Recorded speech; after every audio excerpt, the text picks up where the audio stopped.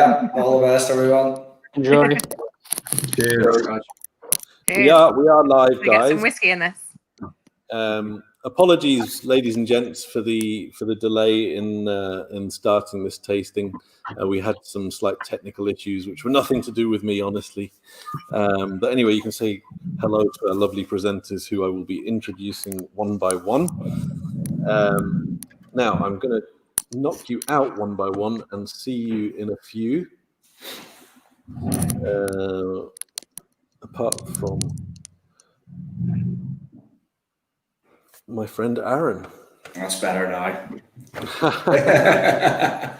So just to introduce this event, this is the World Whisky Tasting on Friday, the 16th of October, a part of the Whisky Lounge's Whisky Festival in a Box. Delighted if you are here, even more delighted if you're here with a box of whiskey that you can taste through the lovely whiskies that we've got for you.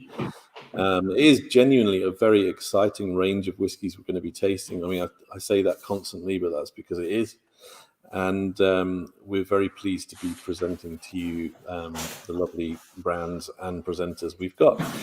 And we're going to start with my good friend over here, Aaron Flaherty, who is the head distiller at the new Hinch Distillery, which is tantalizingly close to being starting distilling, Aaron, isn't it? Is it not? Yeah. So unfortunately, we were supposed to be probably live from the distillery. But fortunately for us, the reason that we're not live from the distillery is because we're actually started commissioning. So access now is much restricted. So about 3 hours ago, we actually saw our first grist and hot water hitting the mash vessels. So very exciting times, and we'll be back in there tomorrow again to continue with mashing. So we got our first malt delivery last week, and things have progressed well now. So hopefully that's us on our way to up into full production. Fantastic. Yeah. Well, obviously I was there in September, and I got to see the stills being unveiled out of Yes. And I mean, it is a fabulous looking place. Yeah, I mean, a lot of thought has went into not just the functionality of the distillery, but also the whole visitor experience, and from a tour point of view. And what I love about the building, and you'll have seen it yourself, Eddie, is bringing the old traditional look of a distillery with a slight modern twist on it as well. So some of the stonework and everything, and the open wood roof, and then you've got of course, the sort of stunning view when you go into the courtyard of that entirely glass wall and the 3 stills behind it. So hopefully, when we do get through this pandemic, a lot of people either listening here or that will be interested in whiskey and coming to see us, they'll really appreciate the building for itself. Yeah, absolutely. And there's some interesting quirks which we can perhaps talk about later, if you like. Absolutely. You'll see one or two of those. But I think anyone who's investing solely in as much into a building like this is well within their right to have a few little quirks in there. Well, this is it. You can't argue with that. Yeah.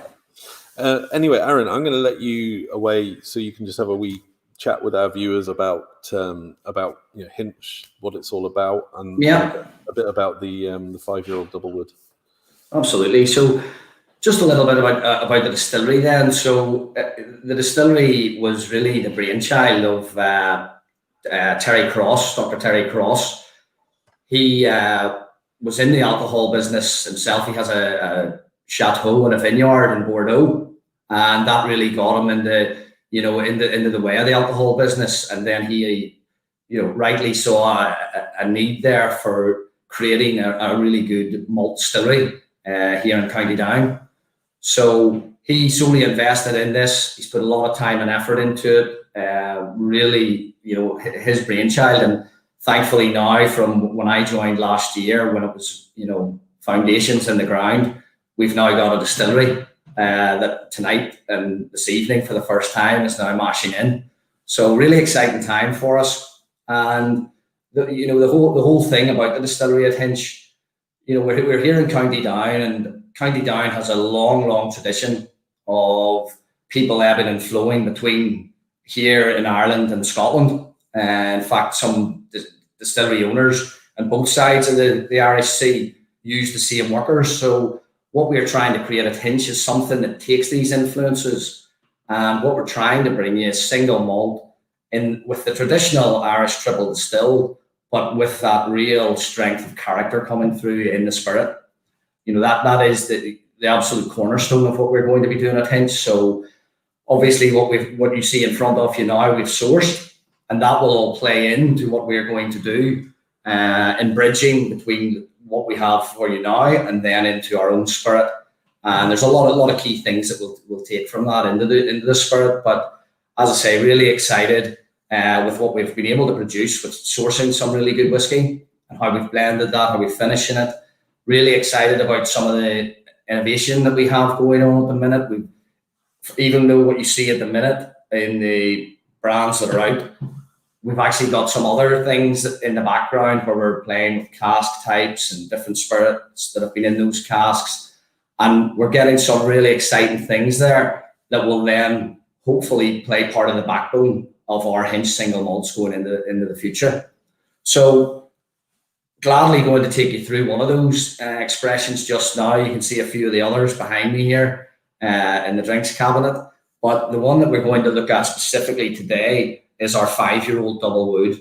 So thank you for the pack, Eddie, with the little samples in it, but I think I'll go for the straight from the bottle here. So the 5-year-old double wood, it's a blend of malt and grain. So we have 25% malt spirit in there and then 75% grain.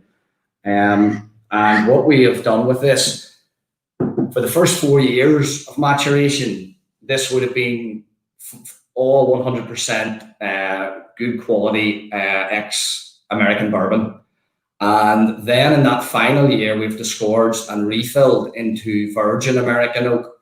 So there's a real complexity to this liquid in terms of character, flavor, and I always quite like having this beside our small batch, because our small batch is basically the same blend, but only in those American bourbon casks.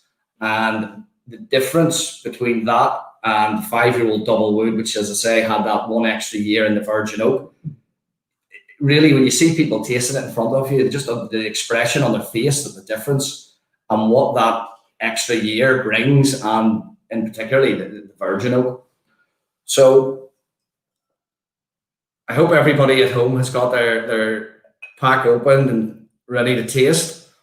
But you'll see, even just from the color, it's a lovely golden honey color on the liquid.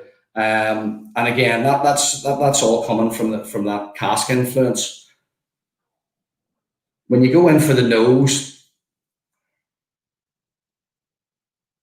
again, one of the first things you get is that real heavy, that malt content coming through. But underlying that, you get some slight vanilla, and it's that toffee, and there's actually a little bit of citrus on that. So again, sorry, if you were to compare with the small batch, that small batch, probably the sweetness level is a lot stronger than in the 5-year-old. And again, that's purely that extra year. So going in for the taste.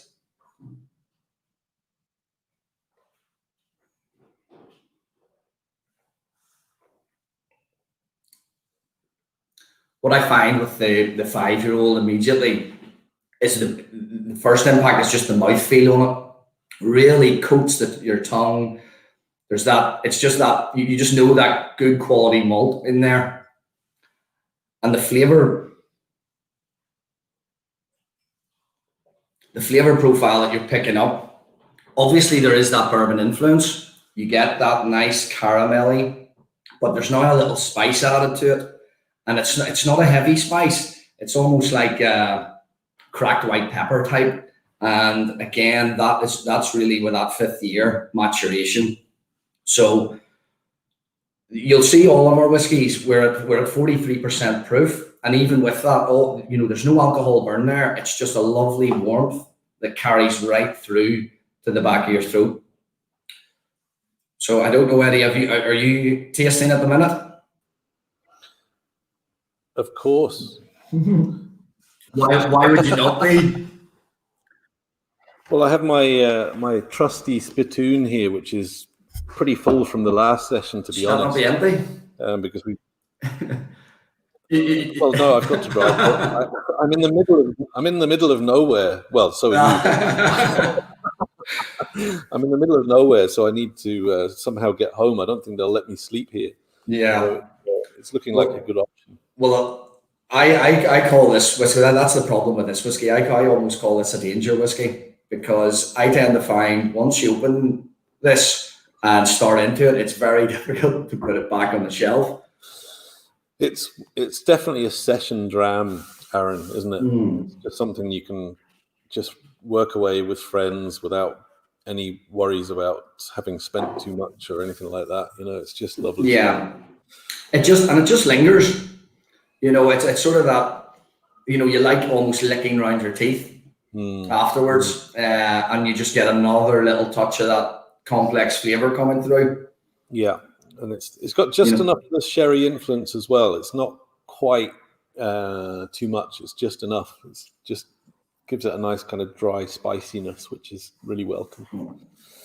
Yeah. So this 5-year-old double wood, that's something that that we could evolve as we go with our own spirit. I really am interested in the whole double maturation. I know a lot of whiskies out there are finished at the minute. But, I'm really looking at not just a finishing, but then, really maturing fully in different types of casks. And, as I say, when we get our own liquid, that double wood, if you like, that double wood category, that will certainly play a part. And, even that age statement, that 5-year-old age statement, we're not trying to say that, I suppose we're not afraid to put that younger age statement on it. No, I think you're absolutely. I mean, we tasted some Kingsbarns in the last tasting, and their whiskey's only about 3.5 years old, and it's already really good. We've seen something. I mean, our peated single malt. That's a young whiskey. It's 3.5 years old to 4. I can't wait to start making, get our first load of peated malt into the distillery. And, I'm really going to try to push for a younger expressions on the peated. And even, as I say, that 5-year-old, we'll certainly be keeping that around on the unpeated, because at the end of the day, we want to take people, we're established this year. We want to take people through the journey with us, and I want people tasting our spirit when it's young, let's say, and then I want them to be there 12, 16, 18 years later, and just seeing how that has progressed and come on. So it's really exciting, and that's another great thing with Terry and the team at Hinch. There's going to be no limiters. I've worked, I've been in the industry. I worked with Diageo for a long time, and obviously some excellent whiskies. But you just wouldn't have had the chance to create something from the ground up. And the team that we've got, a few of them. We've got Michael Morris there as their sales director. We've got Derek Hardy and marketing director, Jamie Cotter, and all these guys are bringing ideas and thoughts and what we can do, and it's just really exciting that Terry is allowing us the free rein, if you like, to really experiment with the distillery, and that's the other great thing. Even you saw the stills yourself, even still selection, the way we've designed it, it's going to allow us to produce different characters. We're going to do unpeated, we're going to do peated, but really, we want people in years to come to really know, that's Hinch, that character, that's Hinch straight away. So really excited about it. That's possibly your biggest challenge, I would think. I think the character will be great, but it's just, how can you predict exactly what it's going to taste like is the interesting thing, I guess.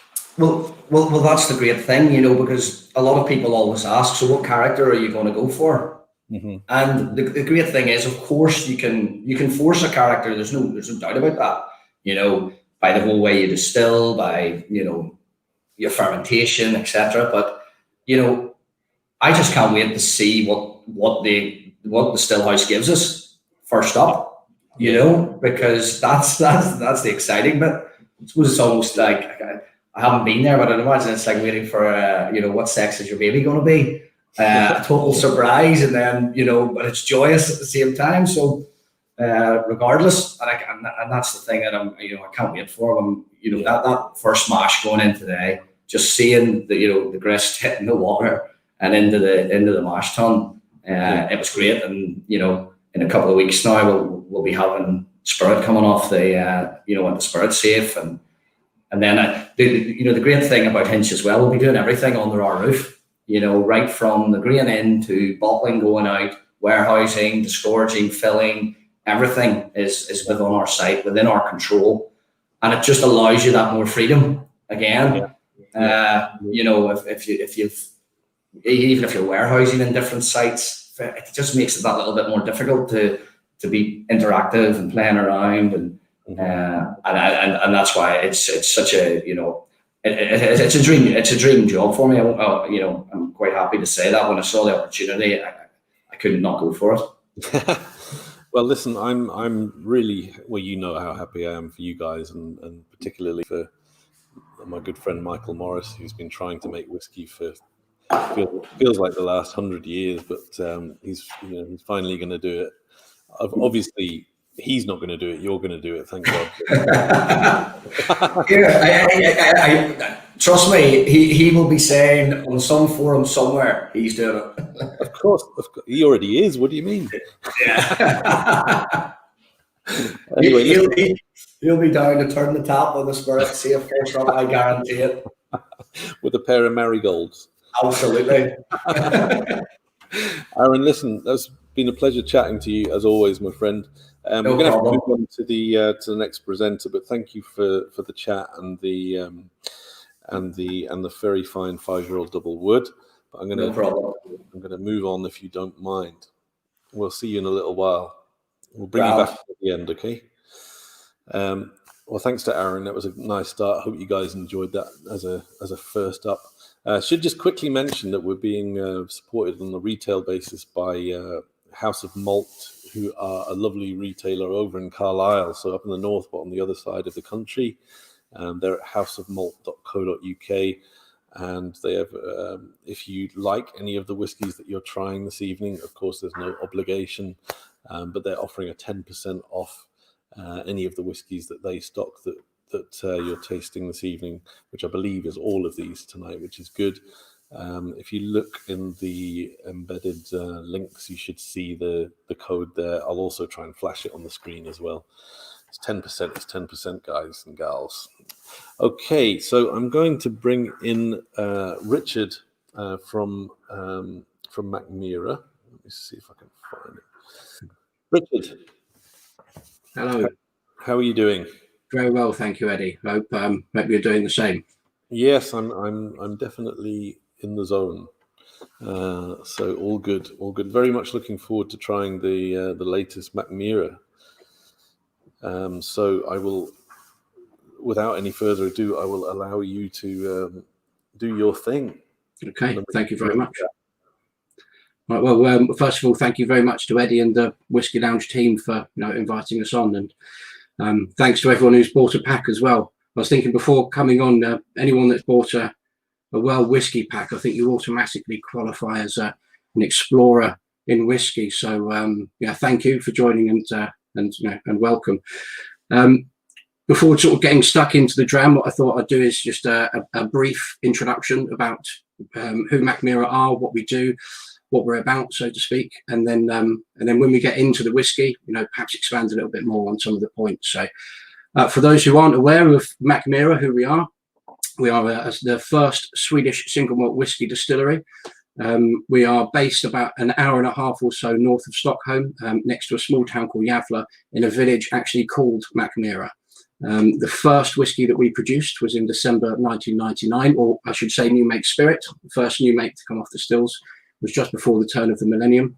The idea came about to create the first Swedish single malt whiskey about a year or so before, when our 8 founding members, all the way on a skiing trip with one another, big whiskey fans had brought bottles along, and at some point during that holiday, or at some point down the bottles as they had a few drams, somebody said, "Why has nobody done this over here?" There wasn't any distillers or brewers amongst them. They were all, engineers, so had some wherewithal, but no experience. So I travelled Scotland for some time, learning how to start things from the ground up. But an innovative bunch, and I think we're known for being an innovative brand and producer of whiskey. So I think it all sort of started the culture of that with them. 3 founding principles when they began. They didn't just want to be another Scottish distillery or another Scottish style whiskey somewhere else. They went to Scotland to find out, because back in 98, 99, where else would you go? More or less anyway, to find out. But they didn't just want to copy what the Scottish distilleries were doing. We make single malt whiskey. It's single malt, but we put a Swedish spin on quite a few things. So the 3 founding principles that we had were, be Swedish, be innovative, and be climate smart. Think about sustainability. To us, being Swedish means, the basics would be keeping all of the ingredients from Sweden, so all of our barley, yeast, peat, and where we can, Swedish oak cask as well. But everything's from Sweden that we use to actually make the whiskey. Be innovative. To us, that means lots of different things again, but for the sake of an introduction, experimenting with different cask types that we mature our whiskey in, different recipes that we make our expressions with. So lots of different casks could go into a single malt that we have, and the climate smart part of it, forward thinking about sustainability. I think the clearest and best piece of evidence is probably actually this here. This is our gravity distillery, 35 meters tall. We save about 45% the energy consumption compared to the previous distillery we were in before 2011. Grain goes up the back, big silos up the back, and then each floor on the way down is the next part of the process. So instead of pumping things from one room to the next in a horizontal fashion, we take it to the top floor and then bring it all the way down. A few other things about us. You might have heard of Angela Donaccio. She is our master blender. Her official title is actually Chief Nose Officer, because our board thought she could do with a better title. And she's behind all of the whiskey that we create and we produce. She's a Whiskey Magazine Hall of Famer, the second woman to be inducted into it. And we're quite lucky to have her on board. Other parts about us, I think Mackmyra, actually, the translation of the name, I was a fan a fan of the brand for about 1.5 years before joining. Had no idea what it translated into, and was quite amused and tickled, I should say, when I found out. So you get Mackmyra, take the first and the second half, so Mac and Myra. Mac translates into more or less into a airborne, nibbly insect. So think mosquitoes and midges. And Myra translates into sort of wetlands, swamps, bogs. And so if you're Swedish and you see Mackmyra Swedish whiskey, you're probably reading Midge Bog Swedish whiskey, which to me I think is just fantastic. And I like to share that as hopefully some comic relief, because I think it's just a brilliant name. We have 3 ranges of whiskey to help me segue into talking about the dram. We have our core range, our seasonal range, and our moment range. Core range is, as with any distillery, something you'd expect to be the same year after year, readily available, wherever it may be. The seasonal range, which is what we're trying a whiskey from today, from the Yacht liquor that you'll have in your box. Seasonal range, we bring out 2 limited editions each year, and they will celebrate one of the 4 seasons. And the one we have today is here to celebrate the autumn season. Our moment range are our sort of top range whiskies, if you will, the ones that, hyper or super limited edition, anywhere from 1,000 to 4,500 bottles. But what we have today is the Yacht liquor. This one that we've got here, bottled at 46.1%, 70 centilitre bottles. I'm going to pour myself a dram now. And if you haven't already, I would say it's probably time to do so now. No colouring added, no chill filtration, everything's natural inside. And I've said that it celebrates the autumn season. The inspiration, some of the things we looked at when putting this whiskey together, for inspiration, were something called Alan Menstraten, which is a British person's pronunciation of the word. But what it is a Swedish law or tradition of, freedom to roam, the same way that they have in Scotland, the right to roam, the freedom to roam. Something that in Sweden is deeply rooted in culture and society, and something they're very happy about having. So this is about sort of going out into the forests, hunting for happiness, happy hunting. It's what the yak liquor translates into. And that can mean whatever it means to you. Someone going outside and exploring the outdoors. I think we'd all appreciate that as much as we can get it at the moment. Whether you're going off into the forests to search for berries, or for a waterfall to paint, or to probably take a selfie of in front of these days, whatever it is to you, this is the sort of whatever it would mean to you. Hunting for happiness out in the woods is what this whiskey is trying to get to. I mentioned berries. Hunting, foraging for berries out in the woods there. This whiskey has been predominantly matured in casks that held a Swedish berry wine from a craft producer in Sweden called Grytatan, which is actually, I think, quite close to the correct pronunciation.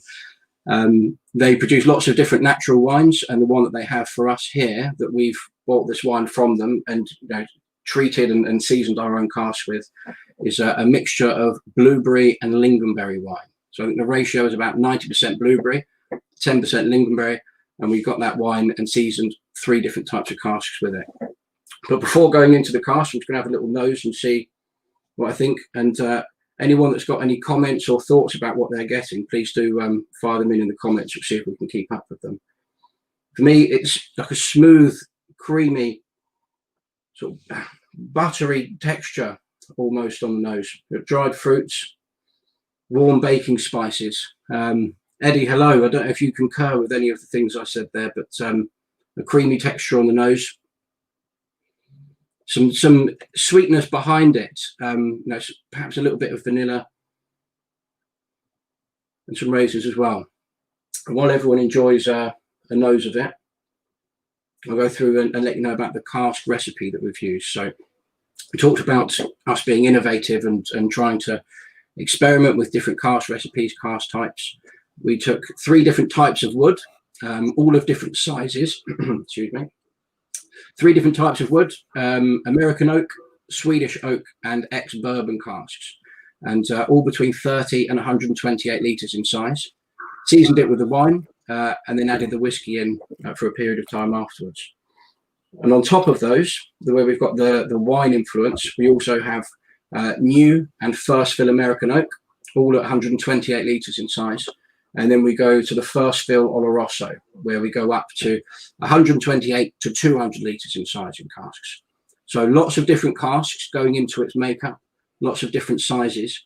And one of Angela's jobs is basically to sit as any master blender would and come up with whatever concoction she can and try and find some balance and find appeal hopefully for people as well. So something fresh, creamy again. I can't get away from it when I have it. I feel I can. The texture tickles the inside of my nose, if you will. Eddie, hello. How do you find it? Sorry, I had myself on mute. I'm having a bit of a technical mare. I did see you come in. I wondered if you knew that you joined. It's senior moments. I'm just getting past it. I think I need to be put down or something. No, I don't. I mean, I've always been a fan of Mackmyra. And I find every limited release, the kind of these collections that you do are thoroughly interesting. And for me, that's what turns me on as a whiskey nerd or lover or whatever you like, is finding whiskies that intrigue and interest me. And certainly this Mackmyra would be among them. I mean, it's really big. and it actually reminds me of rye whiskey, of which we're going to be tasting a little bit later on as well. It's got that kind of slightly dry, peppery note that you might expect from a rye whiskey, but it's just delicious. I think it is. So there's on the finish, it goes sort of fruity, a bit drying, and then sort of turns back up into sort of juicy fruits again. Just as you think, oh, that's going to be dry and remain that way. Mm-hmm. Sort of brings itself back up and sort of, becomes a bit looser back there. No, it's so absolutely superb. I hear what you say about rye though as well, because there's definitely, there's a spicy element to it. When I think rye and try rye, I always think about the various different spicy parts that you have with it.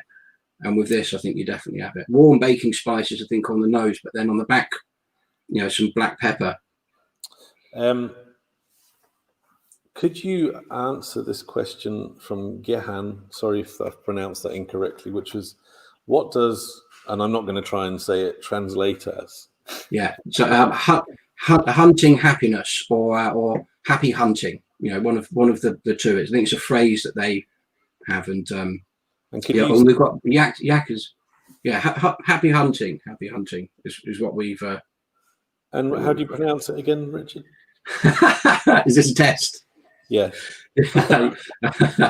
Yak liquor is how I pronounce it, but I wouldn't say I'm necessarily an authority on all the pronunciations yet. We're waiting for Sweden to release something that is easy for us to say over here. We've taken quite a long time to work out how to spell it. I think I think you just ignore all vowels on the keyboard and bash away, and you probably get it.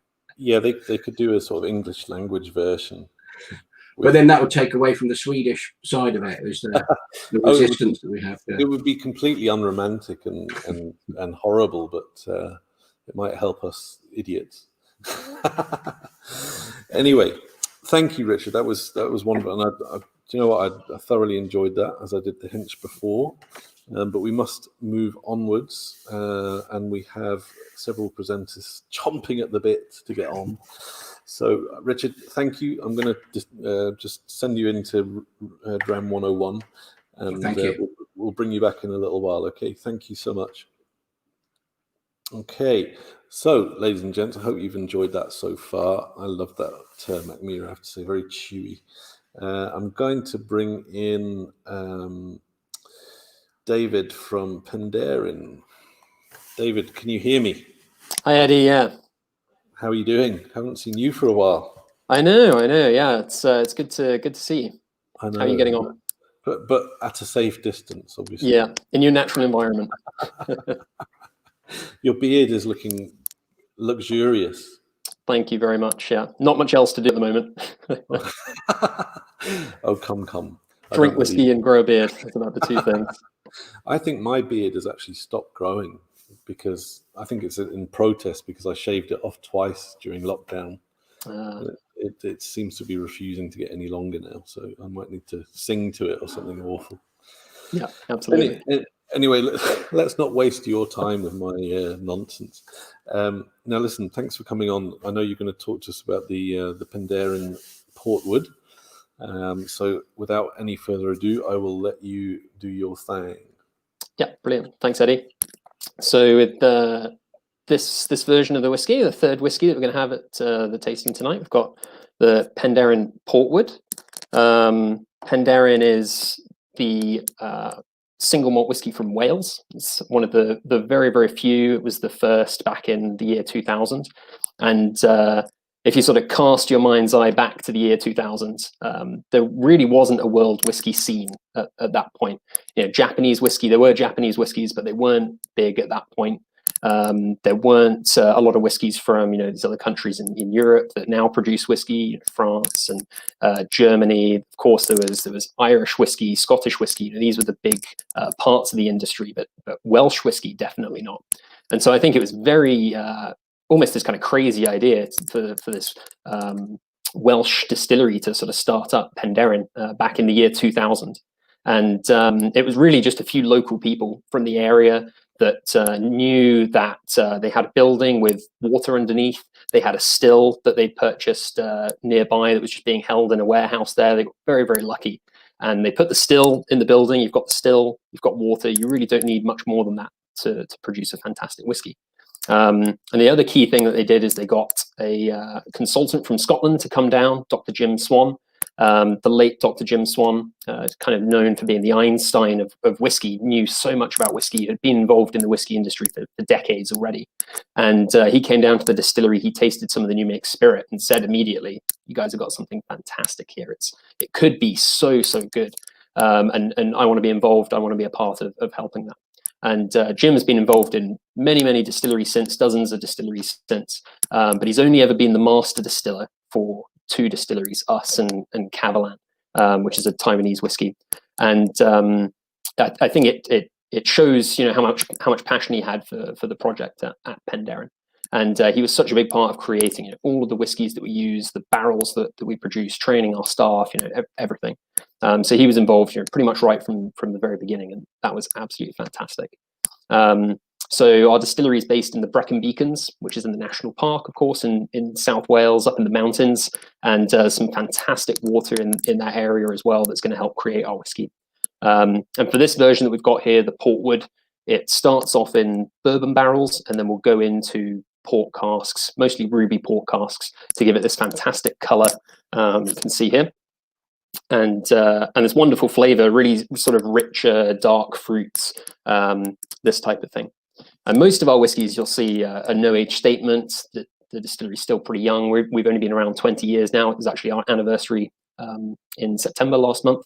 So it's 20 years now, but we really don't have a huge amount of older whiskey yet. So all of the whiskies tend to be around 5 or 6 years old. And they'll spend about 4 or 5 years in bourbon barrels and then go into a secondary cask after that. So you've got Madeira casks that we use, peated barrels that we use, but for this version, it's the port barrels it's going into.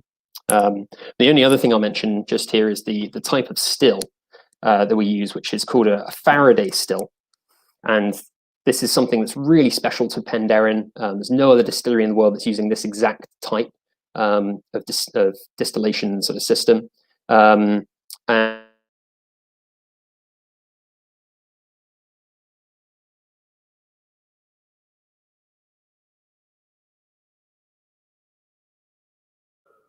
Have we lost David? Well, hopefully he will come back, but it's looking like his computer's frozen or something. Oh, no. He's coming back, is he? Am David? I back? You are. We lost you for about, I think we lost you for about 20, 30 seconds there. I'm sorry about that. You were just explaining about the Faraday still, I think. Yeah, sorry, I was just about to talk about this, the Faraday still. So again, we didn't want to be another distillery that was sort of copying, a Scotch style of whiskey or an Irish style of whiskey and bringing it to Wales. We wanted to be something really different and have our own personality to the whiskies, our own character. So this is something that really helps with that, the Faraday still. And it's just one distillation. It's not a double, it's not a triple distillation, but because it has these columns with small plates on the inside, the whiskey is going to have to hit some of these plates and it's going to drop back down. It's going to have to do that many times during the distillation. And that's something that's really going to help purify the spirit and separate out all the flavors that we want for the whiskey. And we can start drawing that off then. It's about the middle of the second column. So this gives us not only a very unique spirit, but a very pure spirit.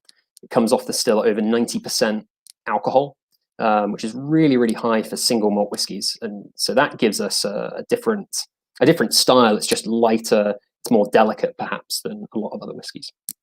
So when you actually get to the whiskey itself, this portwood here, you can see it's got a lovely color on it from those port casks. But because it has that Penderyn spirit, that lighter spirit, I think it really helps to freshen the whiskey. You've got some lighter fruitiness in there as well. It's not overly sweet. We don't want to overwhelm the whiskey, too much. And I think you really get that on the nose and on the palate of this whiskey. It's got this sort of dark fruitiness like blackberry, blueberry, but it isn't sort of overpowering or overbearing, cloying, anything like that. But I think there is sort of a nice syrupy sort of mouthfeel to the whiskey as well when you taste it. Again, not overly sweet, but it's just helping to sort of clinging to the palate nicely. Did we have any questions from anyone, Eddie? I'm just going through them now, David. Sorry. Lots of positive comments, obviously. This is one of our more popular whiskies, definitely in terms of when people taste this at the distillery, they just go, "Oh wow," blown away. It's a real mouthful, isn't it? It's very big. It reminds me of a bourbon in a way, funnily enough. It's just got that really massive spice-driven intensity, which is really nice.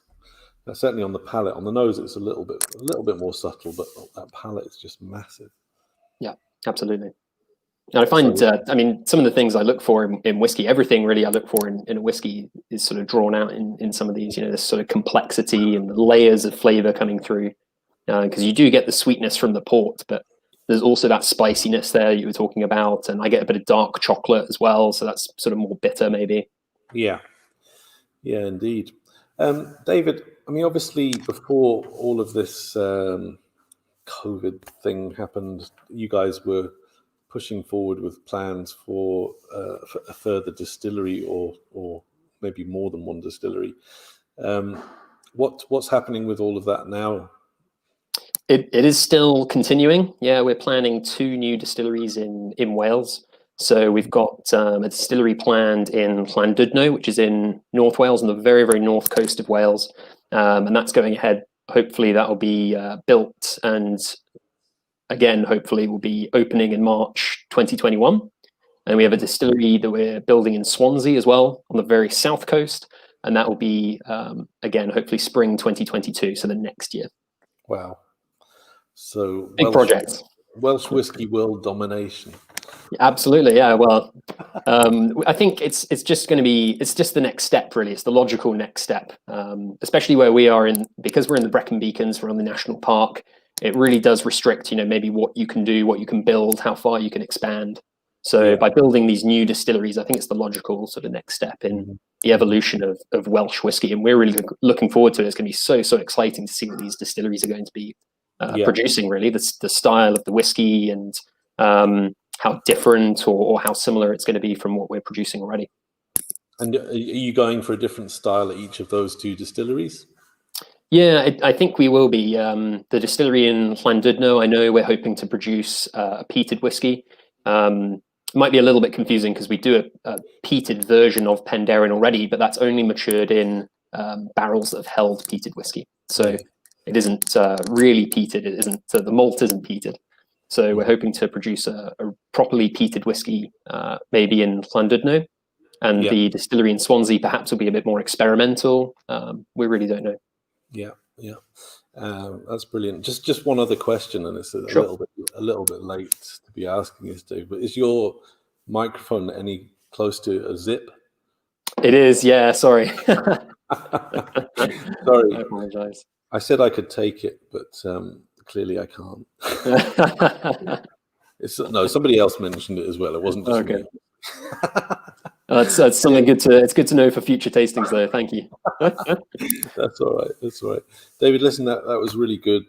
Love the whiskey. I love your work. I love Penderyn. And thank you for coming on and selecting the portwood for us to sample this evening. Absolute pleasure. Thank you, and we'll get you back in. Sort your mic out, though. Absolutely, yeah. No, I will. Thank you. Cheers. Okay, so I hope you enjoyed the Penderyn there. That was a lovely big mouthful of Welsh wonderful whiskey. We're going to move on to Japan and to my very lovely friend Steph Holt, who I'm going to bring in. Where are we, Steph? There she is. Hiya, how you going? I'm doing good, better and better. I'm having a delightful time. This is great. I know. What's been your highlights so far, or don't you say? Yeah, no. I mean, they're just all so different, aren't they? So, a lot of things I've not tried before, actually. So, usually every year I'm at all your whiskey shows, dashing around all the stands, trying everything. And this year we haven't. So, It's a rare opportunity.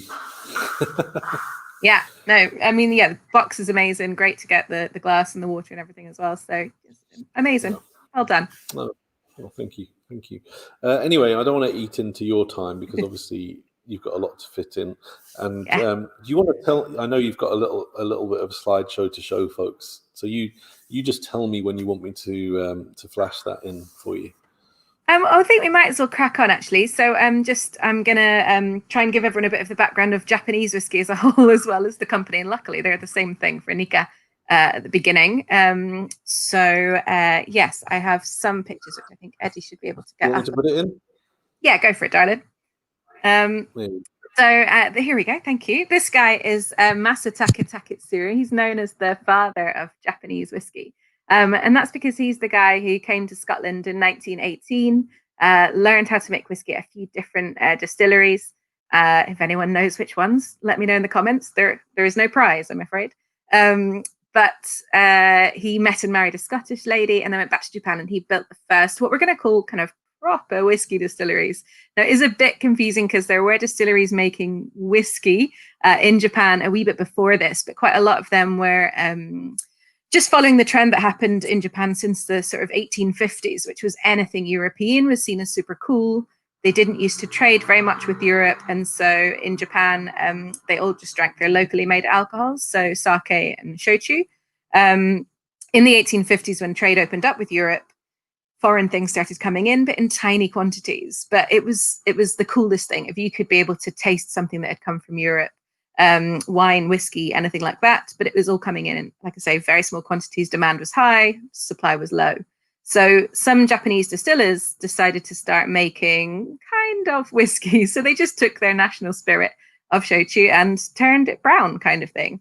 And there was a bit more complicated than that, but we've not got time. So in the early days, Taketsuru, who was born into a sake making family, got very, very interested, rather than in the family business, very interested in the foreign alcohols, and started working for Japan's biggest alcohol import company.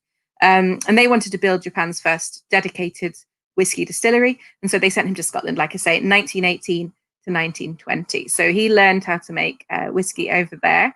Met and married. Oh, hold on, I'll show you the next picture. This is actually one of my favorite pictures. It's shown at the museum that they have at the distillery that we're tasting in just a second. They have a museum of Japanese whiskey there. And this picture has the caption of Taketsuru arrives in Scotland. As you can see, that's Big Ben. So it's London, really.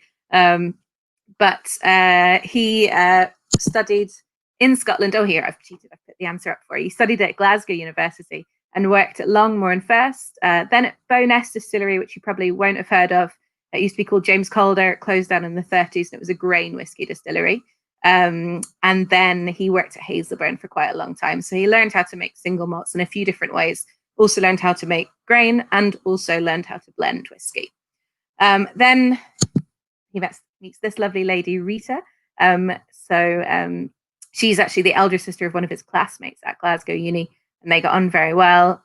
He explains his kind of dream of, building a sort of whiskey distillery in Japan, and they fall in love and they get married, and then moved back to Japan in late 1920. So yeah, we've got some comments here from Gahan. Yeah, he did. He actually started off with Suntory. So Shinjiro Tori had been advertising in Scotland for a distillery manager to move over. No one had answered. And obviously, in those days, there still was no dedicated whiskey distillery in Japan. So both Taketsuru's company and Shinjiro Tori wanted to build Japan's first whiskey distillery. And so Taketsuru came back, and unfortunately the company that he'd been working for had been hit by a recession that happened after the First World War. And so Taketsuru then joined with Shinjiro Tori and designed and built and ran the first Japanese whiskey distillery, which was Yamazaki. So I'm sure you've all heard of that. Now, they did have a bit of an interesting relationship. They didn't get on. They didn't have the same ideas about what they wanted to do. So they worked together for 10 years, but then Taketsuru left, and he moved up to the very north of Japan. So that's what this slide is showing you. So that arrow at the top to that North Island in Hokkaido. And he started his own distillery in 1934. And I'm sure a lot of you had this before. If you argue with your boss about the way to do things, you think, well, maybe I should set up my own business and I'll be my own boss. So that's kind of what happened here. So started building the distillery in 1934. It was a long struggle. It's obviously quite expensive to build whiskey distilleries, and people, it takes a long time before you get anything you can sell. So it actually started off by making juices, fruit juices, apple, pear, plum, and cider. And actually the name for Nikka, the company, comes from that, because the name for the juice company was the Great Japanese Juice Company, or in Japanese, Dai Nippon Kaji Kabushiki. And if you take the ni from Nippon and the ka from Kaju and Kabushiki, smush them all together, you get Nikka. And they changed the name of the company officially over to that in the 1950s. And it actually took them from 1934 until the 1950s for whiskey to overtake juice in success. Their juice company was actually very successful. So the site of Uichi was chosen very much because it was similar to Scotland. That was one of the arguments Taketsuru had with Shinjiro Tori, actually, was about building the distillery Yamazaki, where it was really far in the south, climate not similar to Scotland at all, water very different. And Taketsuru, because he'd been to Scotland, thought that was very important to the style of your whiskey. So he wanted to make the distillery up in the far, far north, where it's actually about 0.5 degree warmer on average per year, compared to Inverness. So Yoichi, the site up in the north, was kind of ideal for him. It was where a river meets the sea, and there was a peat bog upstream as well, because obviously in those days whiskey was generally a bit more smoky than it is now. So here's a little picture of it. We've got the River Yoichi there on the left, and the sea, which is on the west coast of Japan to the north, to the top there. Then all those white roofed buildings are the sort of fishing village, and the red roof buildings sort of in the center and the south at the bottom are the distillery. So you can see quite a lot of buildings there. Most of those are warehouses. And obviously they didn't build it all at once. They built it bit by bit by bit, and the town was much smaller in those days as well. So you're going to get a seaside influence, obviously, from building the distillery here. And like I say, there was a peat bog upriver, although they don't actually use Japanese peat now. Oh, I'm talking too fast. I'm not drinking enough. I'm gonna slow down a sec. Okay, so they named the distillery after the river and the little town. If you go and visit on holiday, it's got great sushi. There's skiing nearby in the winter, and obviously you can visit the distillery. It is free. It is open right now, although not many of us can get over there, unfortunately. But highly recommend going to visit if you can. And this is what it looks like at different times of year. So if anyone hasn't tasted their Yoichi yet, this is when I'd put in to remind myself to make you do that. So the production process at Nikka's distilleries is very much the same as in Scotland. And obviously what Taketsuru learned when he was there. But the differences are that he was trying to make blends. What he'd learned in Scotland, and obviously before the 1960s, blends were king. So he was trying to make as many different flavors of single malts as he could so that he could make his own blends. And he didn't want to do the Scottish thing of just buying off other distilleries in the area or around the world. He wanted to make it all himself. And so he started playing with lots of different peat levels in his barley, for example. So unpeated barley, which they still use, mostly comes from Japan. And peated barley, initially, they were trying to make it themselves, but then they realized it was easier and more effective and more efficient to get it from malt houses in Scotland. So they used 3 different levels of peated malted barley. Lightly peated, which is around 4 to 5 ppm, medium peated, which is around 15, and heavily peated, which is around 40. Then they use 5 different yeast strains, loads of different fermentation times, and loads of different cask types as well. So they actually make 600 versions of single malts just at this one distillery, which means if someone tries to sort of taste Yoichi and ask me a question like you'd ask a question of quite a lot of Scotch distilleries of what's the ppm in here, in the barley in here, you're like, well, it's all 4 of those that's been fermented, distilled, aged, and then combined after aging. And so no idea. And obviously the system of measuring the ppm in barley is, let's not go into that. It would be better if we all just measured it in the liquid. But it makes everything a lot more complicated than quite a lot of other distilleries. So the cask type options, just to sort of mention those, are we've got ex-bourbon that have come freshly over from America. Then they've got virgin American oak, and they have 3 cooperages at the Nika company, and so they will make brand new casks out of this virgin American oak as well. Then once they've used either an ex-bourbon or a virgin oak once, they will call that a reused cask, and obviously have a little bit less flavor. Then once they've used a reused cask a couple of times, they will take the ends off, replace that with new wood, but leave the staves as old, and that's called a remade cask. And then sometimes they will scrape the middle of a well-used cask off, scrape the insides off, and then rechar it, and that's called a recharred cask. That's all just American oak. Then they also use Oloroso and Pedro Jimenez casks as well. So there's a few different options here happening, like I say, not only with the peat levels, the yeast strain used, fermentation time, and the cask type. So lots and lots of flavors going on in this. Hopefully everyone should be taking a wee bit of peat. It's not going to be the peatiest whiskey you've ever had in your life. I think I usually say it's a bit more like, the peat isn't too much up front either. It's more sort of at the back of it. So for me, a bit more like a Talisker style. But again, any sort of comments welcome on what you're thinking. There's definitely a sort of hint of saltiness from that seaside location there.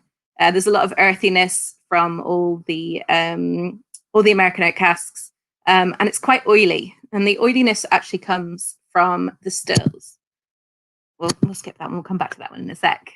So here's some pictures of the distillery. So the pictures you had earlier were all actual kind of marketing pictures, and now these are just mine from visiting.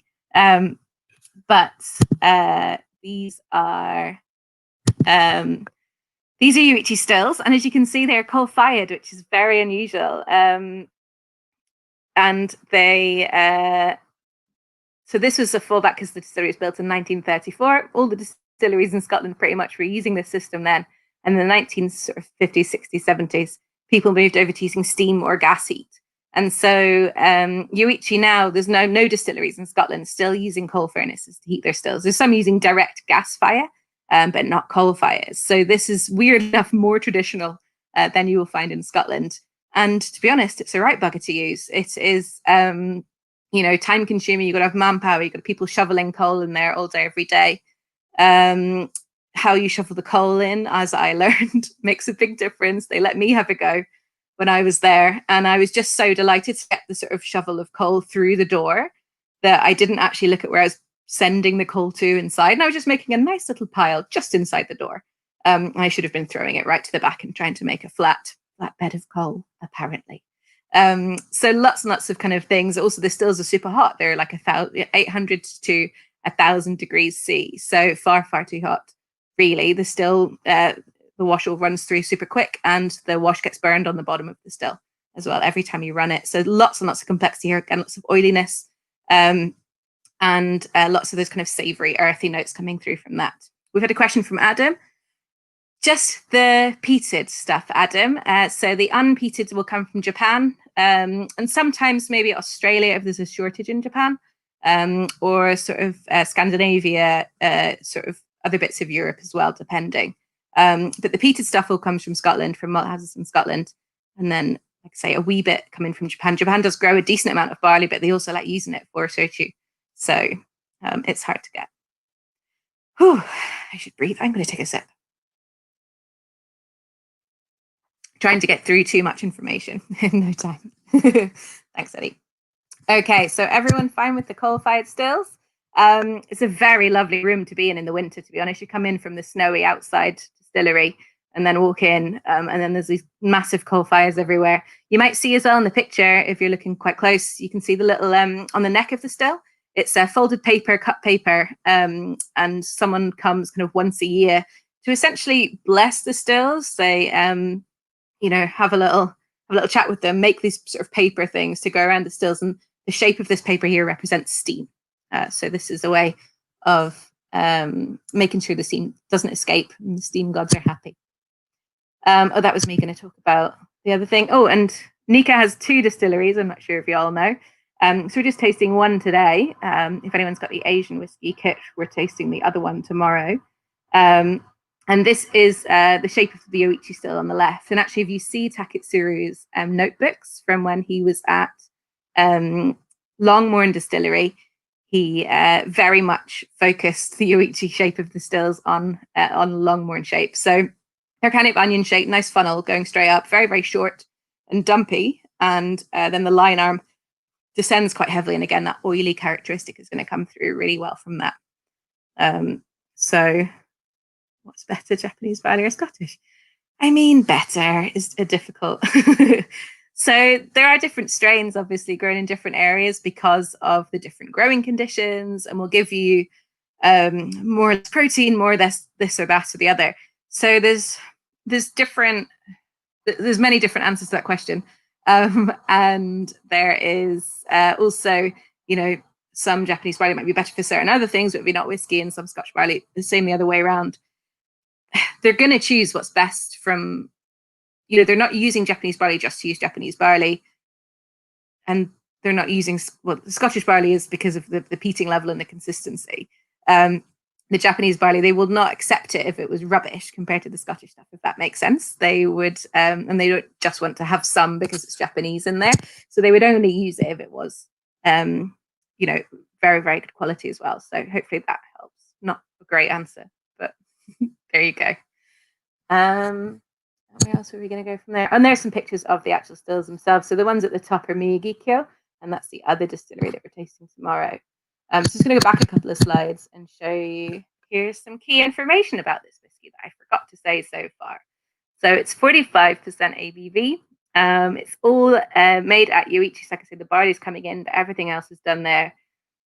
Yoichi and Nika distilleries don't do the things like Scotch distilleries do, and there's a few in the same company, and they'll move the casks around just in case, quite often insurance purposes or fire purposes.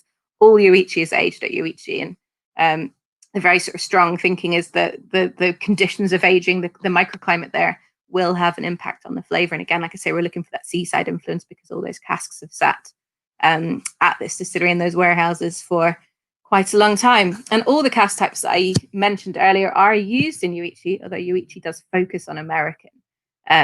So there's some sherry casks in here, but not loads. And just to show you, back to the picture of the distillery, quite a lot of these buildings around here are warehouses, and I'm sure lots of people have noticed there's been a huge shortage in Japanese single malts the last few years. But then they see this picture and they're like, there's loads of warehouses. What are you talking about? Now, Japan has got a bit of a problem with earthquakes. And so when they're aging the whiskies, they don't want to stack them too high. They try and make sure that that there's not going to be a hideous whiskey incident if there's a shake near the area. So actually all the casks are just stacked too high. So you've got their dunnage warehouses and you've got the one layer on the floor, and then the next layer stacked on top, and that's it. So each of those buildings is super short, really, really tiny, and you sort of crouch down to go in, and then you can just walk along the bit with a pointy, the tallest bit of the roof. So while it looks like a lot of warehouses, there is a teeny tiny quantity of whiskey in there, unfortunately. So yeah, thanks, Gan. Good comments, everyone. Any other questions? I've either done that really fast or I've taken ages. I don't know what's happened now. Are we okay, Eddie? Oh, he's gone. I've lost it. Oh, Eddie's here. I just didn't breathe through that, Eddie. You did very well. But I did manage to finish my whiskey while you were talking. Okay, I'm sorry. I think you answered pretty much all the questions as they came through. So thank you for that. I'm always interested. I mean, I love Japanese whiskey, as you know, and I love the history of Japanese whiskey. But I'm always very intrigued with the past and present relationship between Nika and Suntory. And I'm certainly not asking you to comment on it at all. But it always seems to me such a shame that they don't get it together and do something together, because it just feels like they could do some real wonderful stuff. Yeah, I agree. And actually, I think things, I'm not going to say strongly thawing, but I mean, I think the need for Japan to put some rules in about what a whiskey is, what a Japanese whiskey is and isn't, is definitely encouraging them to at least open up communication. So I'm definitely feeling more positive about that. I used to sort of joke about, about them being essentially the Coca-Cola and Pepsi of Yeah. the whiskey world. And actually, one of them has Coca-Cola in Japan and one of them has Pepsi in Japan. So, it was a bit, I don't think companies in, 60, 70, competition was much more, I don't know, intense and directed. And there was almost not vendettas, but quite big competitive feelings. Whereas I think everyone now, and particularly over here, like the guys from Suntory who work over here, we do tastings with them together, friends with a lot of them. So it's you just have to be, when you go and visit over there, I think Nika's Pepsi. So I don't drink cola, so I don't really care. But I think I'm not allowed to have, a whiskey and Coke, or I, wouldn't be able to. And the beer's Asahi, and then the other beer, I can't remember what it is. But, there's very much, you have to be seen drinking the exact right things, which I just, I don't really drink beer and I don't drink cola, so I don't care. But I think it would be nice. It would be nice if things kind of warm up and ease together. But obviously, despite that, usually small categories, they want to all work together to grow it. And despite the two biggest of the country essentially hating each other, Japanese whiskey has done all right in the last kind of 20 years. So it's interesting. Yeah, it certainly is. And I think it'll be interesting to see in years to come, because I think that relationship, as you've alluded to, is absolutely key in getting some kind of semblance of a Japanese Whiskey Association actually organized, and quite rightly, putting a stop to certain practices and helping marketing of Japanese whiskey. Not that it needs it at the moment, but Yeah, no, I think that's the other thing as well. Like, because there is such a shortage. I think if you're going to start putting kind of limits on things and stuff, it's maybe a good time to do it when you can't. Most companies want to increase double, triple digits each year. You can't with Nika. There's not enough. So the same as Suntory, I believe. So you might as well take some time to sort of reset a little bit, and then really go for it when the stocks are available. Yeah. Anyway, listen, we could talk Japanese whiskey all night as we have before, but we should move on.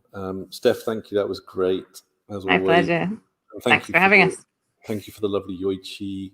But I'm going to remove you from the stream for now, and I'll have you back later. Thank you. Right, so we are on to Trolls. Where are we? Trolls, sorry to keep you waiting, my friend. No problem. That was super fascinating. Yes, it was, wasn't it? Well, they all have been, really. Yes, absolutely. Yeah, well, it's the Danish whiskey story of Stauning is no different. So I for one are really interested to hear more about it. I find it super fascinating, really. I was very fortunate. I tried it a couple of times at BlackRock, and I even went out of my way because my friend Tom, who used to run BlackRock, I was going to Paris, and he said there's one bar in Paris that has it. So I actually went out of my way to go and get more in Paris, and which also helped me when I did my first interview, that I knew where it was available in Paris. So it turned out to be a good decision. Well, I will. I'm going to let you go solo, Trolls. I'm going to check one thing quickly before you log off. Because the bottle you have is obviously the old bottling. Unfortunately, with all the stuff going on in the world right now, we didn't have the time to send the new stock because you needed to be able to send out in boxes. That's right. How old is the one you have in front of you? So this is distilled 2015/16, bottled June 2019. Yeah. Okay. So that's very close in age to what we are now. Cool. So we've repackaged everything, and the average age has gone up about 7 months in total. Okay. That's definitely. I was hoping you would have gotten the new bottles, but because of you being able to ship out to people, there was just we didn't be sure you needed to have the time. Yeah. Well, I'm sure we'll still enjoy this very much. Yeah, it's still good stuff. Well, I will let you away. Thank you. And I'll be back in a bit. Thank you. So yeah, as I said, we've just changed. We've moved into this bottle, which tells the story of our distillery in Denmark and how it started. Like on the front here, you can see it says 9 friends. So the story of Stauning started not very long ago at all. It started in autumn of 2005, and there was a young man who was traveling to his parents' summer house, and he was listening to a program on the radio about how to make whiskey. And he was driving through a field of grains, and he was like, actually, we've got really good quality grain here, and this part of Denmark has some of the best water in Denmark. So surely we should be able to make whiskey here. And the following weekend, he met up with 15 friends and asked who'd like to come on a journey and start trying to make whiskey. And 8 of his friends said, yeah, we'll have a go. And everything was born out of curiosity, what they could do with what they had. One of the guys was the local butcher, and his dad, who is also a butcher, had just built a new abattoir. So he's like, you can use the old abattoir to try and make whiskey. So everything was done with what was at hand. So the first mass was grinded through an old meat grinder. Stills were made from stuff and bits that was bought online. And in 2006, the first drops of whiskey came out. And since there, it's been steadily going from strength to strength. Like, quite impressively, our first client as a restaurant was Noma. And when they started stocking us, they took all the other whiskies off the menu. And until about 1.5 years ago, you could only get Stauning whiskey there. Now they're stocking a second Danish whiskey and I believe Macmillan. So just 3 Nordic whiskies available at Noma. Everything has been done in-house. We built a brand new distillery, started in 2015. It was finished in 2018. When we started the original distillery, we had 2 tiny pot stills, and most people would probably have gone for 2 rather large pot stills. Our thought process was, we'll lose the character of the whiskey, so we opted to go for 24 pot stills. They're just over 800 liters, and 16 are for the low wines, and then 8 for the spirit distillation. It looks absolutely stunning, the distillery as well.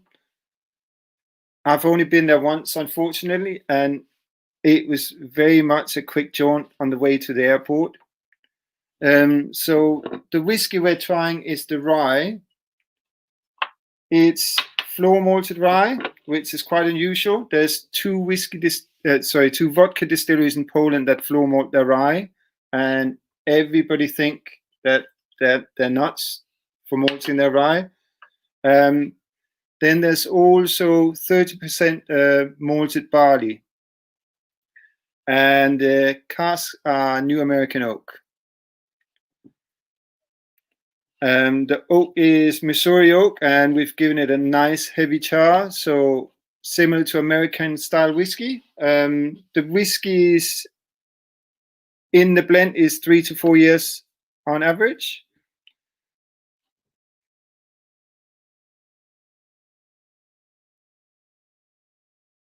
I really fell in love with this as soon as I tried it, and now with the new packaging, we've gone up to 700 ml. Before it was 500 ml, and it looks stunning, the new bottle. And we've also maintained the same price point, so consumers are definitely the winner in this case. The age has gone up slightly as well, as I mentioned earlier, about 7 months. So just under 4 years old, roughly. The malted barley gives a nice backbone to what would otherwise probably have been a bit thin for a rye whiskey at that young an age. But with the fine tuning of the ABV and slight raising of the age, I think now we have a whiskey that could match any rye in the world. Does anybody have any questions? I'm back. Can you hear me okay, Yes. Charles? Excellent. I'm just looking through to see what mainly positive comments. It's very interesting to have both the Danish rye on your rye and the US rye that we're going to taste in a minute, because I think not too many people have tasted rye in all its kind of wonderful forms, because European rye is quite different in terms of the whiskey compared to American rye. I was sitting in the middle. I would say is I used to work in a restaurant where we only had American whiskeys. So I think at the point where we had the most, we had about 35 ryes, which was quite impressive. Yeah. So I've tried a lot of rye. I was there for nearly 4 years. Yeah. So I tried a lot of rye, and this one really took me by surprise, because I was like, when I first tried it, I was like, how good can a whiskey from Denmark be? And wow, it really can be spectacular. Yeah. Well, Colin Hamden White, who was on Desert Island Drams this week with us, is a not so secret rye fan, and he's watching at the moment. And he featured a German rye, Stork Club, on his as one of his favorite drams. Yes. He has a question for you. He's wondering what the fermentation times would be for this whiskey.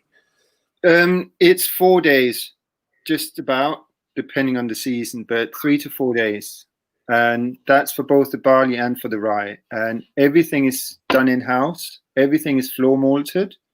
Wow. We have 2 floor malting lanes, and we can floor malt up to 25 tons at any time.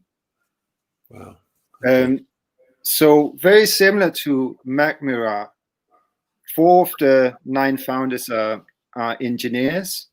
So when we built the new distillery, they were like, yay, we can build new stuff. So the original malting floor that was in the old abattoir, they designed a little mechanical thing that would turn the malt as it was floor malting. Mm-hmm. And they built a bigger version of this for the new distillery. But when they were in the process of doing it, Alex, who's one of the founders, had been at a seminar in America. And they said that when you soak the grains in a barrel, for instance, and then put it out on the floor, the enzyme activation is only about 60% of what nature does, because in nature it's much more gentle. It's done with the wind turning the grain and rainfall. Mm-hmm. So one of the engineers were like, well, let's just make it rain in the distillery then. So when they designed a new version of the thing to turn the grain, they built in a watering system that goes on a timer depending on where in the cycle it is. Mm-hmm. And we've managed to go from 60% to about 95% of what nature does with enzyme development. Wow. Which is absolutely incredible. Mm-hmm. No, that's very impressive. I'm sure our other presenters will be taking note of that. Yeah. If anybody gets the chance to go there, it's absolutely stunning. I unfortunately was on the way to the airport. I'd been to my mother's birthday and I had to go to the airport, which was a bit silly in all respects, but it was 2 weeks before I officially started working for them. So I was like, I have to go if I have the option. But yes. My parents live an hour and 40 minutes from the airport and 2.5 hours from the distillery. but then it's 2 hours and 5 minutes from the distillery to the airport. So I had to get up at like 4:30 in the morning for an 11 a.m. flight. Just to spend 20 minutes at the distillery. But at least I got to see it. I'm very happy. I'm really looking forward to going back there. I bet. It's one of the most stunning buildings I've ever seen. So we have the malting lanes, then we have the kiln house, and then we have the wash house, and then we have the still house. Yeah. And we're doing about 500,000 liters a year now. It's gone up to. From 2015, the idea was to make 200 to 400 liters a year. So it's quite an incredible journey over such a short period of time. Tell me, Trolls, I think I know the answer to this anyway, but maybe others don't. Do you make a single malt whiskey as well as the rye? We have a peat. It looks like this. So quite interestingly, which is one of the funny things with doing stuff on your own and being local, our peat is sourced through the local museum because they've got access to the peat marshes. I don't think there's any other distilleries in the world that sources their peat through the distillery. Sorry, through a museum, but they've got access to the peat marshes, so nice. That was the easiest option when we started, and we've maintained that. So you do a peated malt whiskey and the rye, and then the malted rye whiskey, right? Yes, and we also have a blend of the two, which also contains some unpeated malt and some heather smoke malt called Chaos. So the name Chaos refers to the fact that our distillery is in the village of Stauning, but Stauning was also the name of the Danish prime minister during the Depression, whose election slogan was, "You're going to choose Stauning or Chaos." So in this product, Chaos, we give both. Great. So it's... I think there's been some very positive comments by the presenters on the packaging.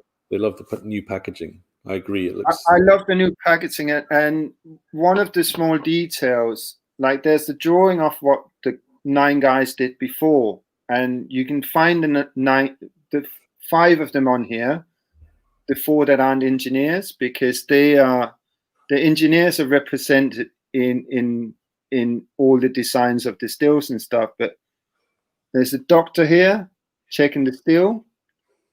There's the helicopter pilot who's crashing into the still. There's the teacher in a tractor. And there's the butcher, and there's the chef who's out fishing.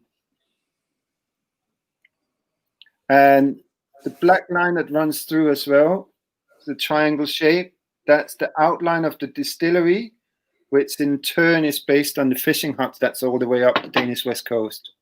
Cool. Very cool. Anyway, Trolls, that's been a fascinating insight, and I could listen to you for hours, and I'd love to learn more about Danish whiskey and Stauning in particular, and I'm sure we will. Once things calm down, I'd love to meet you in person, and maybe we could even organize a trip at some point. Well, if you insist. Anyway, listen, I'm going to let you go because it's getting late, certainly here in the UK. It's not as late for our next guest, who is in the US of A. So, Trolls, thanks once again, and we'll get you back at the end, okay? Okay, so I'm going to let in our next guest, who is a distiller. He distills at Whistle Pig in Vermont. And here he is, Pete Lynch. How are you doing? Eddie, I'm doing fantastic. I forgot that I was supposed to present, actually, and just kind of was tuning in and hanging out. Also, I feel very at a loss here. I've got the most lame accent out of anybody by leaps and bounds. I have no flourishes, no nothing cool, no nothing going on. But I do say the word wicked pretty often, so I think people may enjoy that. Now, tell me, Pete. Yeah, tell me. Are you a native Vermonter? So I'm not a native Vermonter, but I am a native New Englander. And New England is a tight-knit community of a couple states up in the Northeast where we're all quite similar. We're quite hardy. The winters are long and harsh and unfortunate, I'll say. The summers are short and rather unfortunate too. So we have this sort of grit within us, just kind of, it comes across in our accents when we talk like this and we say, yo, it's wicked tough to get through the winter.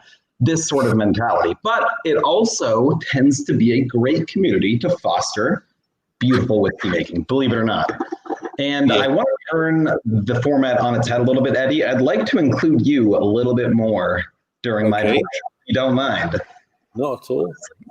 I'd like to talk a little bit more about rye whiskey in general, rather than just WhistlePig. And now I'd like to focus, obviously, on the tenure itself, but let's talk about what rye whiskey means in the first place, what it's meant to us over the years, what it means to us now, and what it can mean to us in the future.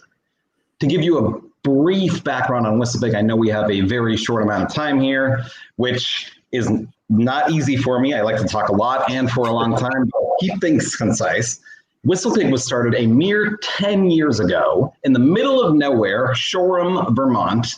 If you're unfamiliar, Vermont is basically the cold, harsh, Canadian-like northeast of the US, very low population, very heavy farm, very heavy agricultural basis, the natural place to start a farm-based distillery.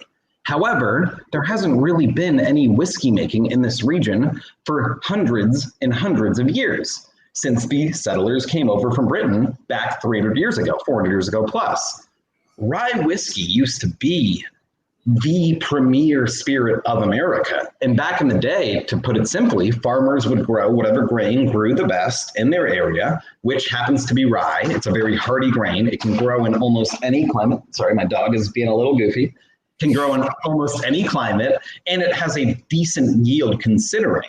And farmers would grow this for feed for their cattle, for bread for themselves, for grain for themselves, but any surplus they had, they would distill into whiskey, which, if they wouldn't consume themselves, is a pretty great way to turn this crop, which may spoil over the winter, into cash, because whiskey holds for quite a bit longer than grain. Time passes, rye falls by the wayside over the course of a century from 1900 to 2000. For various reasons, the most important being legislature. Legislature that favors corn as a grain to be grown by farmers, period, and then therefore whiskey lobbyists coming in and saying, hey, look, we want bourbon, we want corn, we want this to be our national spirit, we want protection here. All this led to rye completely falling by the wayside and being the spirit that people just didn't know anything about. And we got to this point where 2000, 2005, 2010, you go to any bar across the world, in particular the US, and you'll find one of 2 or 3 brands. And these brands, while not terrible in any way, they don't represent rye as what it should be. They are low rye in the mash bill, 51%, 60%. They're lower age point as well. They don't really show the sides of rye that I myself, now being master blender at WhistlePig for 5 years, now know that rye can bring. They're spicy and not much else. And Eddie, if I were to ask you what are the hallmark flavors of rye, what would you say? I would generally go with the kind of peppery, slightly dry, spicy notes. And that's usually the only flavors that we've been able to experience in rye up until this point. And you're not wrong to say that. However, you are wrong to say that in the sense that there's so much more to offer from rye itself.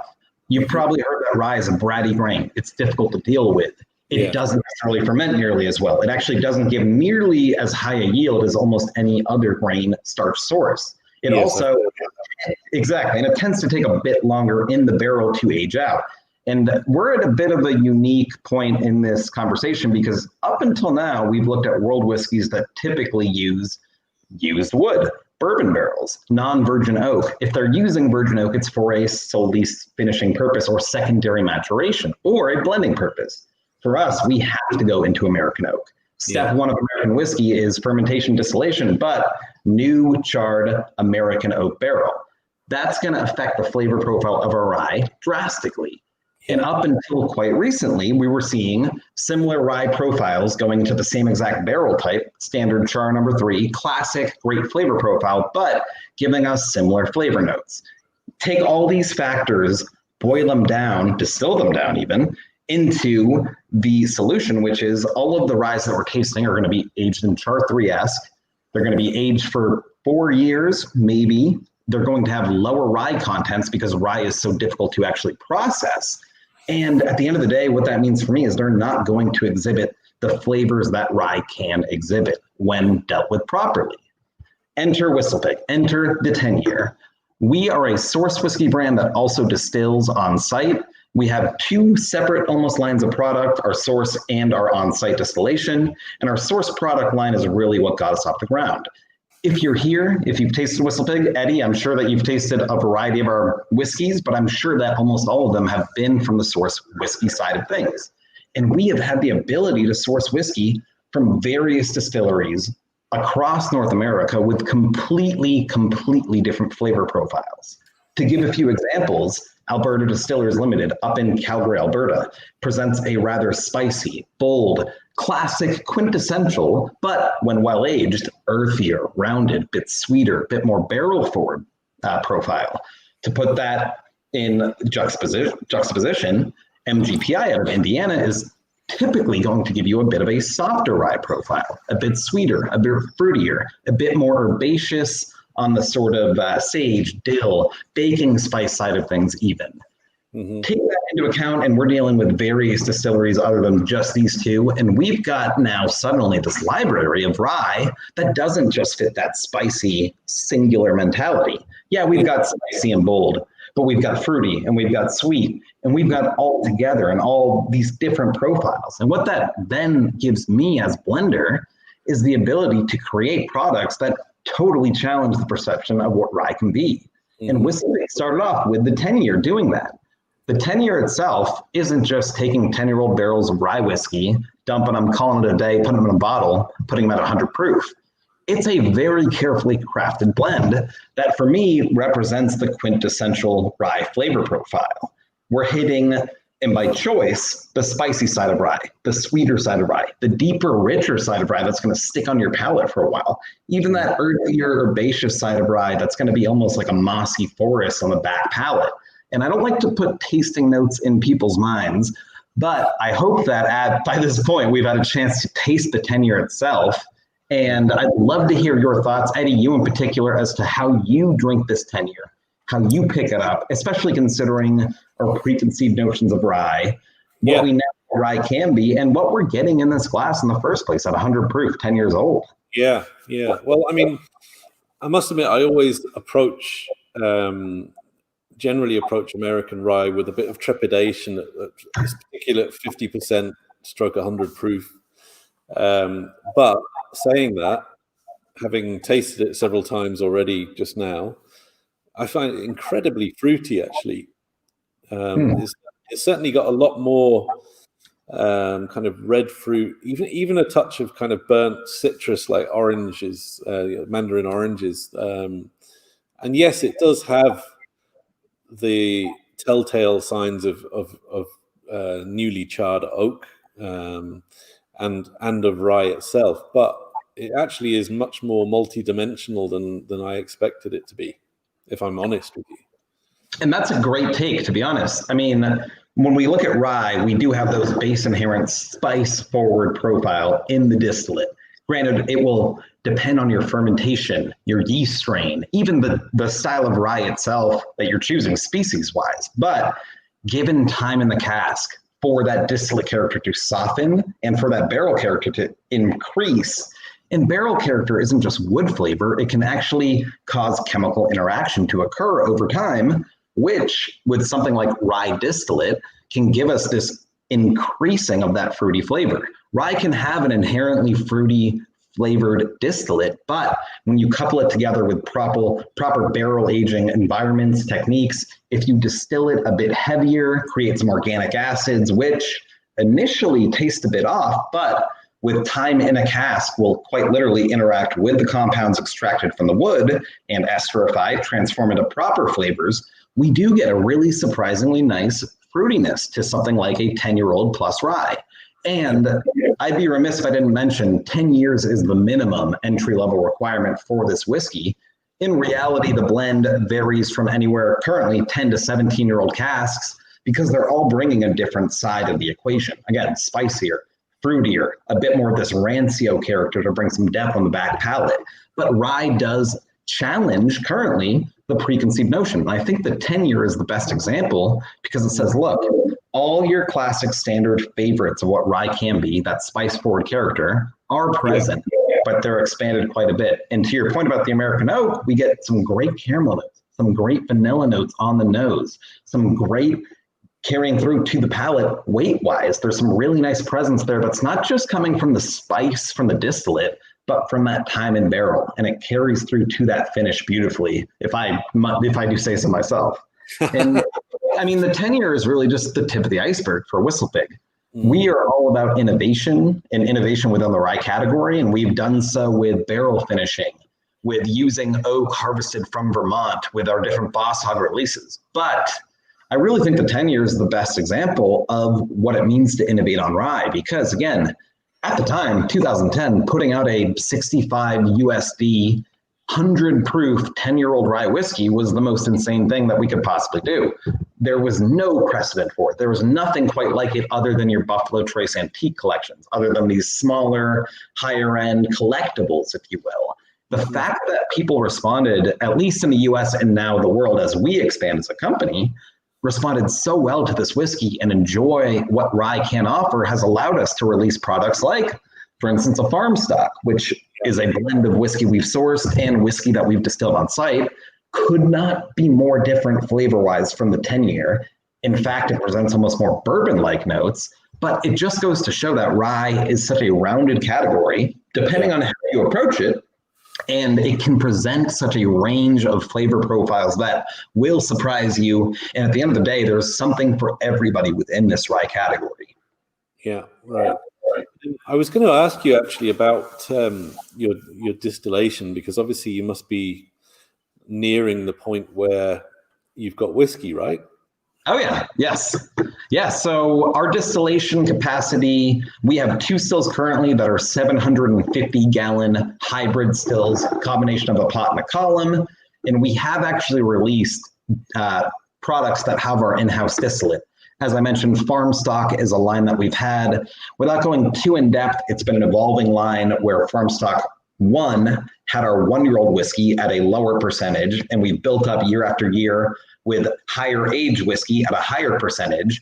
We've reached farm stock 3, which has over 50% of our distillate in it, 3-year-old. And we've since gone on to do some more complicated projects that would take a bit too long to explain in this video session, unfortunately. But that being said, we've been distilling for about 5 years. As you mentioned, I joined on actually as the first distiller at WhistlePig and worked my way up to master blender.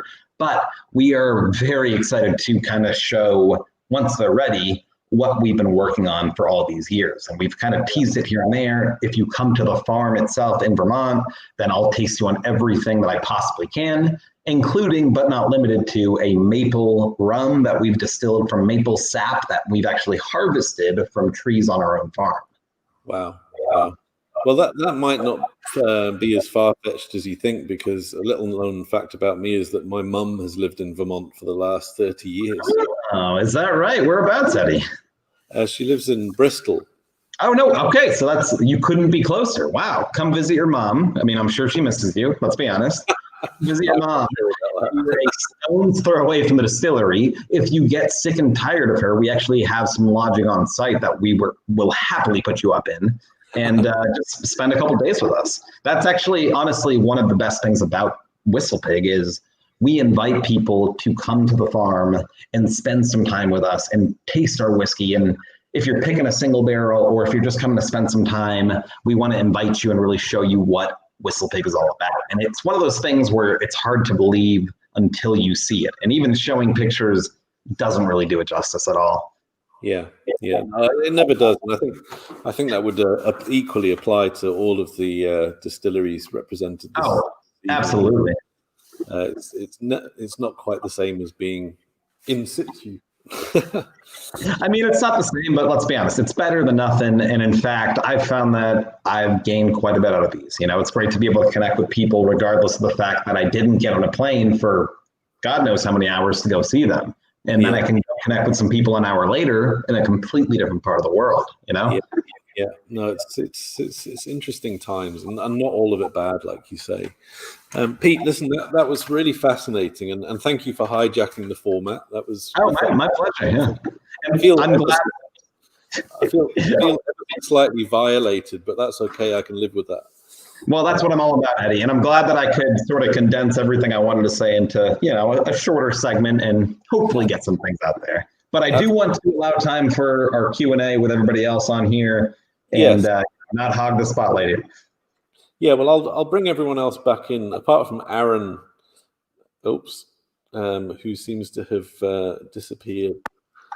I think that was a protest move right there. We had a sidebar going on, and he was unhappy with the state of affairs. Oh, really? You're very convincing. Has he come back now? Oh, he's been off. He's been off for a pint, hasn't he? I wouldn't say that. A few whiskeys nearly. It's like when you do the whiskey shows, Eddie, when they have 2 sessions and we all just disappear to the pub halfway in between. Yeah, I loved how in Eddie's email he asked, would we all take a box? Well, of course. So I've been working my way through it and enjoying it. Well, some people didn't take me up on it. Pete, I'm really sorry I couldn't send it to you for obvious reasons. But Eddie, no worries, man. Luckily for me, I happen to have a few of your guys' whiskeys on hand already, and I have been tasting along because I do enjoy your brands quite a bit. Oh, good. Well, Pete, Stanley the rye will be available in the US, I think, from January. So you'll be. I can't wait. I can't wait to look online for your store locator and go grab the first batch. Yeah. Anyway, if not, I'll get Christian to mule some over for you next time he comes over. Ooh, nice. I was going to the last session I finished off with a question for the whole panel to answer, which I think is a relevant question for all of the panels, to be honest.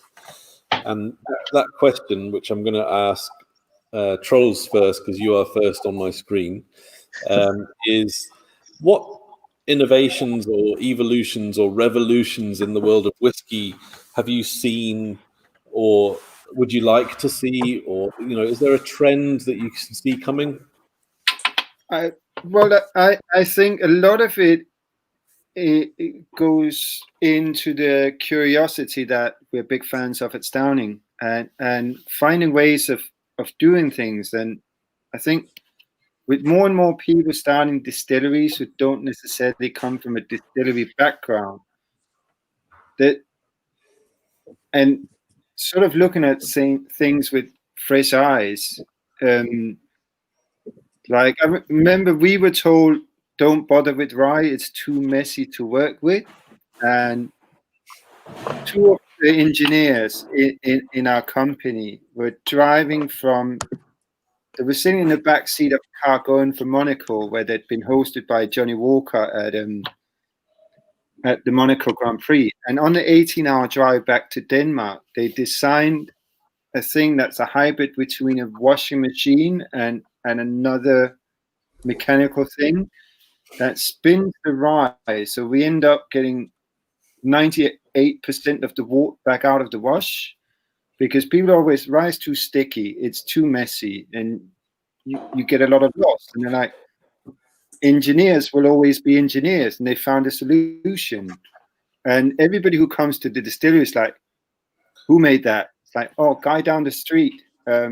We asked him to do it to our specs. So we're the only distillery in the world who has this. And things like that, I think, will always be pushing forward. Okay, great. Thanks, Charles. Pete, you're next on my screen. Excellent. And the question again, just so I'm fresh. Eddie? So, well, it's a kind of open-ended question a little bit. It's about innovation, but evolution. Any new trends, anything that you're excited about that you see coming down the track in the world of whiskey? Right. And I think my answer might be a bit different than anybody else here, solely because of my region that I exist in, the American whiskey producing region, where our laws are quite a bit different and more and less strict in various ways. But there is hope for the future. Luckily for us, the TTB, which is our governing body with regards to alcohol laws, has been nicely adaptive, and COVID has slowed to the needs of craft distillers, whether it be barrel finishing, whether it be class and type, whether it be the definition of something as simple as American single malt. And what has been the norm for decades, centuries even, and trying to change that to now what is going to be the new norm and the evolving norm as we go forward, and not restricting ourselves. And just the responsivity that we've seen from the TTB, especially lately, has been quite huge for me to see that, okay, we now have the ability to pave a new path forward with new innovations, whether it be barrel finishing on different American whiskey types, whether it be the use of different types of wood other than oak on the initial barreling, whether it be different mash bills, whether it be a simple definition for American single malt. This idea of innovation being able to expand as a whole, because right now we're just kind of shooting at the wall and hoping we hit it, and hoping that there isn't a TTB officer in the way that gets hit instead and says, hey, you can't do that, if that makes any sense. But that being said, we're about to be a lot more free in a sense. We, in America, we're going to be able to innovate even further, experiment past what we've seen. And we've seen some great examples, barrel finishes, different mash bills, different styles of whiskey, but to make the American and world populace more open to that by simple things like definitions of class and type, that's so huge for me. And that's something I look so forward to, even though we've already been working on the innovation side on the front end, regardless of all this, to have that fulfillment on the back end will be huge. So I cannot wait for that at all. That's really interesting, because obviously, as you say, the considerations on your side of the Atlantic are quite different to what's going on here and in other parts of the world. You know, America has almost got this kind of on its own in a way in the way it produces whiskey. So it's I would say. Yeah, I mean, I would be really interested to hear more, so we can have that conversation another time. Oh, yeah, please. Thank you, Eddie. Yeah. Richard, what's your thought? Hello. Yeah, well, I'm grateful for going third, so I can have a moment or two to consider my options. Well done, trolls, for answering so quickly and so eloquently as well.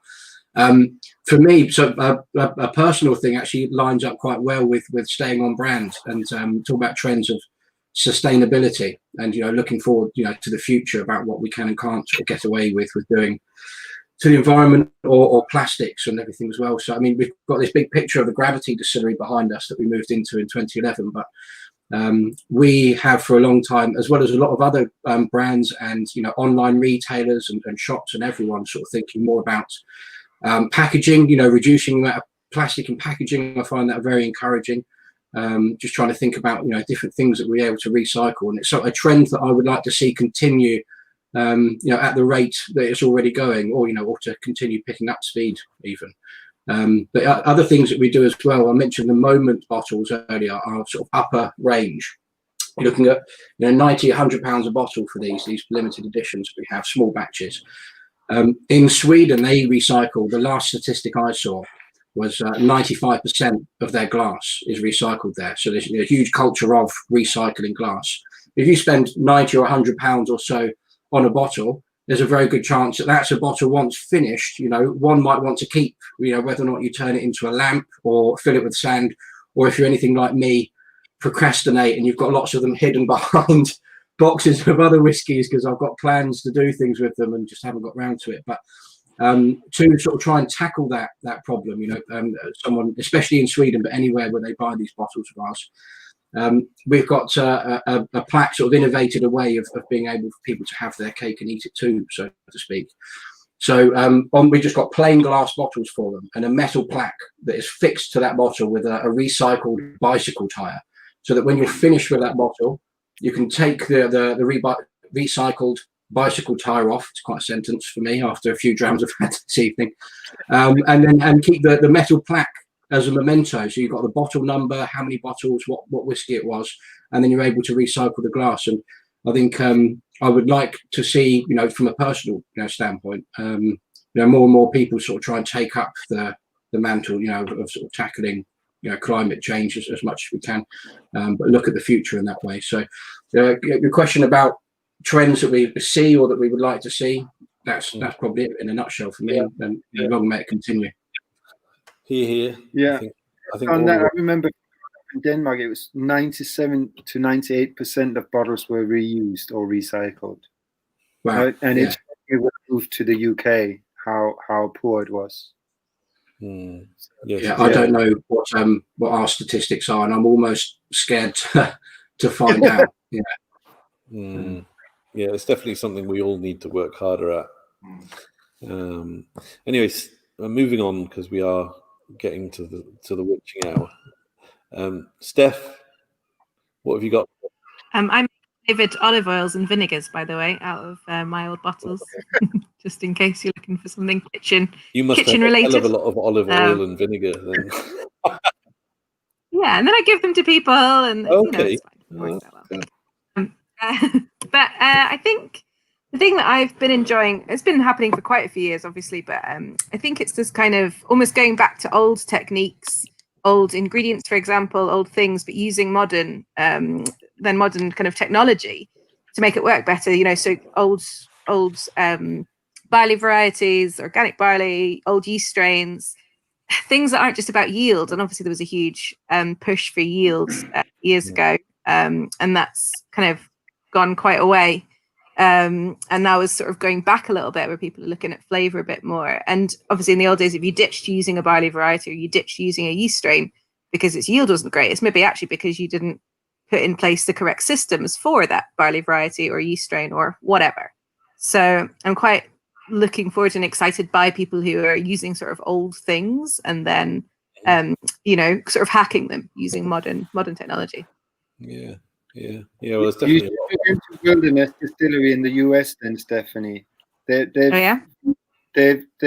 was two engineers who they started doing strains for other people, and they did consulting, and over the course of their consulting period, they helped out more than 1,000 distilleries and breweries, and then they took all that knowledge learned from helping these 1,000 people to set up their own distillery, and they've reactivated yeast strains that people have from their families' distilleries from 100 years ago, from analysis of bottle samples from 100 years ago. They've done some really insane stuff, like bringing these yeast back to life just based on these things. It's awesome because no one used to talk about yeast. It was very unsexy, and now we're talking about yeast all the time. I love it. It pleases me. We're very fortunate. Carlsberg has asked if we want us to make if they should make a strain for us personally that we can only use in the distillery. It's like, yes, please, Carlsberg. Amazing. Brilliant. Thanks for that, Steph. It's really, really interesting. David, welcome back. Thanks, Eddie. What have you got? There are kind of two things I'm really excited about, actually. I think it's really exciting, sort of fits into this whole tasting, really, is that the world whiskey scene is just exploding at the moment. You look at almost any country, even in Europe, at least has one distillery, probably multiple distilleries. I think there's more distilleries in Germany now than there are in Scotland. And it's just amazing to see that there's all these people that are so passionate about whiskey and are looking at it with new eyes, new ways of doing it, new ingredients, or as we were just talking about, yeast strains or whatever it is, trying to make their product different. I think that's going to really evolve whiskey in a completely different direction, and that's just super exciting to me, that we're going to be able to experience flavors that we've never had before in whiskies, different cask types. Richard's been talking about, with McMyra, these sort of Swedish hunting casks. It's really, really interesting to see different types of casks, different types of stills, all these different things that, we just wouldn't see with perhaps just Scotch whiskey or Irish whiskey or whatever it is. The whole category is evolving, and that's super, super exciting. And then the drinker is evolving as well. That's sort of the second thing that I'm excited about. People have been drinking more cocktails, more people have been getting into whiskey, younger people, more women. It's just fantastic to see all around. The drinker is evolving along with the industry, and I think the whole thing's really, really positive and going in very exciting directions. Yeah, agreed. Okay, Aaron, come on, you've had 2 hours to think about it. Yeah, I mean, this is the easiest one for me to say. I just second everything that everyone said, and then I can just sign off at that. But so well done, guys. Thanks for setting up for me. But no, genuinely, innovation is talked about an awful lot in whiskey now. It sort of seems to be a trend word in itself. And really, I'm just a boring type of chemical engineering guy into distilling, and I love the thought of we make all these different flavor profiles from water, yeast, and a cereal. See the distillery itself, the distillery character. For me, that is where innovation can be. That is where we should be creating. I understand the absolute 100% importance of wood and everything like that. You can do so many interesting things with it. But that distillery character, that is where I want to play around, and that's where I want to innovate. It's a tried and tested thing that has been here for hundreds of years. How do we do something different with that? And whether that's the techniques that we mash in with, whether it's how we distill, whether we double distill, triple distill, do something a little bit different, for me, that is going to give an edge on something, because you can put your spirit into whatever cask you want to.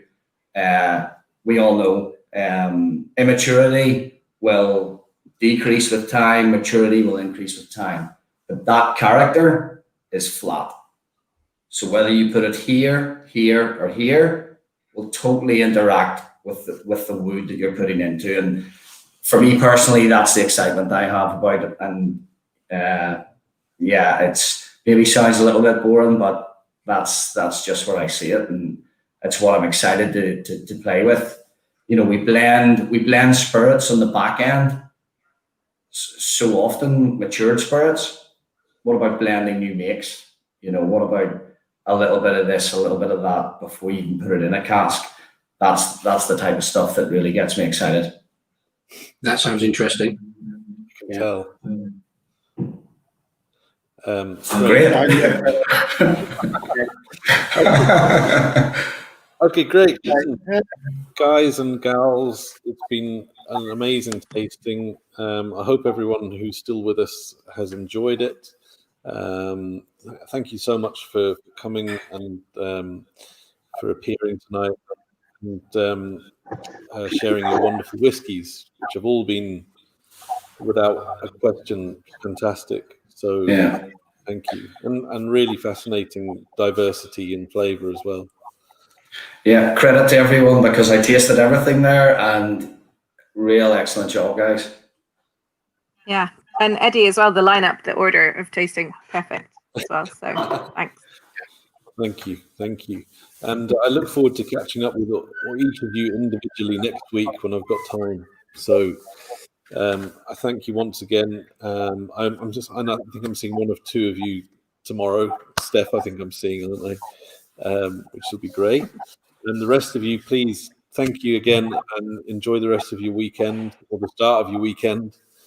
And say hi to my mum if you see her, Pete, by the way.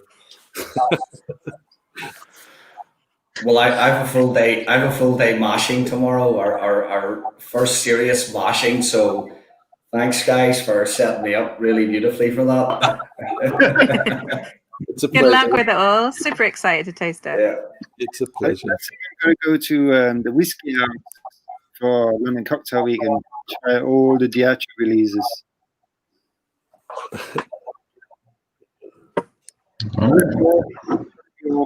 Eddie, we do, as panelists, one more surprise question for you. The surprise question is, Which of these whiskeys was your least favorite and why? Oh, so mean. And we finished. And on that note, I think if we